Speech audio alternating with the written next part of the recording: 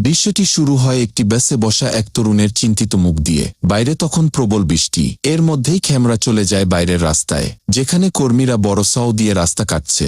Traffic থামানো হয়েছে এবং বাসটি ধীরগতিতে সেই ভাঙা রাস্তার পাশ দিয়ে এগিয়ে যাচ্ছে। তরুণটির আঙুল সামান্য কেটে রক্ত বের হতে দেখা যায়। এদিকে সাউয়ের কম্পনে ব্রিজের রাস্তাটিতে বড় বড় ফাটল তৈরি হতে শুরু করে। বাসটি সেই ফাটলের উপর দিয়ে পার হওয়ার সময় চারপাশ থমথমে হয়ে ওঠে। হঠাৎ পুরো ব্রিজটি ভেঙে পড়তে শুরু করে। দৃশ্যটিতে দেখা যায় বাস থেকে প্যাসেঞ্জার চিৎকার করে নিচে পড়ে যাচ্ছে এবং কেউ কেউ ভেঙে পড়া ব্রিজের রেলিং ধরে ঝুলে আছে। চারপাশে শুধু ধ্বংসযজ্ঞ আর বাঁচার আর্তনাদ। কেউ পানির দিকে ছিটকে পড়ছে, কেউ বা ঝুলে থাকা লোহার রড আঁকড়ে ধরে আছে। সবশেষে দেখা যায় আতঙ্কিত সেই তরুণটি ধ্বংসস্তূপের উপর দিয়ে দৌড়াচ্ছে। তার সামনে তখন মৃত্যুর হাতছানি।